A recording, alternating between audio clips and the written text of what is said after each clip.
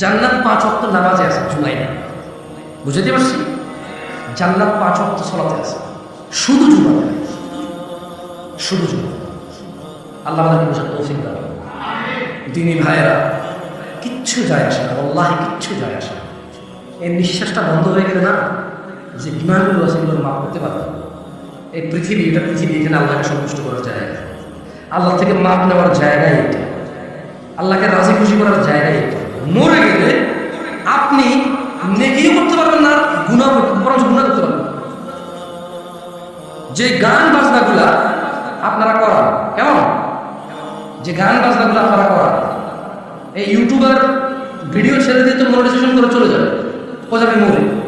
এই ওয়াজ শুনতে এসে মানুষ আসার পরে দেখবে যে এখানে গান চলে, ওর গুনাহ হবে, ও মরার পরে গুনাহ। ওদের দোকানে টেলিভিশন, চায়ের দোকানে বাপে দিয়ে গেছে টিভি, সিনেমা দেখা। আরে ওই যুগ ছিল, সিনেমা দেখতে গেলে সিঙ্গারা সমুচা ফুটি না খেলে সিনেমা দেখতে পারে, কিছু খা, হ্যাঁ এটা ইনকামের পথ ছিল। আমি টিভি চালে কারণ থাকছে না, কিছু না খেলে বোঝা না। আরে ওই দিনও চলে গেছে, এখন তো উন্নত হয়েছে, তো বলা এখন বোঝা না। ওই দিন বেশি দিন আগে নাকি যে ওই যে বেড়া বেড়া বেড়া ঠুস করে সিনেমা দেখতে দিয়ে বলে আমাকে খুলে এরপরে দেখতেছিলাম, বুঝতে রাখেন 2 টাকা দিয়ে সিঙ্গারা রাখেন, দোকানের ভিতরে যায় না, সাটা পাটা বন্ধ করে সিনেমা। না না, গুনাহ হবে, মানুষ দেখলে কি করবে তা না, ফ্রি ফ্রি সবাই সিনেমা দেখে দিতে পারে, সিঙ্গারা রাখা সব জানা সিনেমা আছে। এরা মনে গেল গুনাহ গেল থাকবে। এই যে ডিশ ব্যবসা করে, ডিশ ব্যবসা, এই যত মানুষ সিনেমা দেখে তাদের ডিশের থ্রুতে ইসলামিক টিভি চ্যানেল অর্ডার আছে। এখানে একজন লোক দাঁড়াতে বাংলাদেশের 5টা ইসলামিক চ্যানেল নাম, তো ডিশও তাদের বলে আমার এই যুক্তি দেয়। কালকে এই যে আমাদের মোকাররম মাসুম বাজারে আমাদের কাছে এক ছেলে এসে কথা বলতেছে, হুজুর বুঝি মানে ভাই বলে যে জমিটা, হ্যাঁ বোন যদি খুশি হয়ে ভাইকে দিয়ে দেয় তাহলে কি নেওয়া যাবে না? সে কোনো বোঝানোর কোনো চেষ্টা করতেছে, সুন্দর করে বোঝে না। পরে আমি বললাম যে শোনো, এদেশের বোনেরা খালি বাপ থেকে জমি পায় না, জামাই মরে গেল ও কি জমির মালিক হয় কিনা?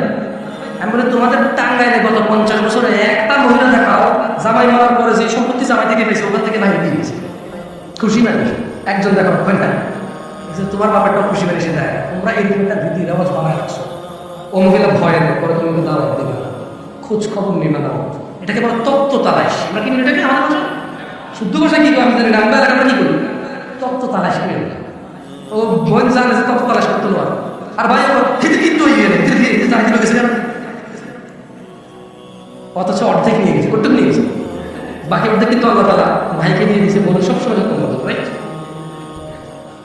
ও হ্যাঁ, ভালো কথা। আমি আমার আব্বাই কি রকম অংশ নিয়ে অংশ নিলে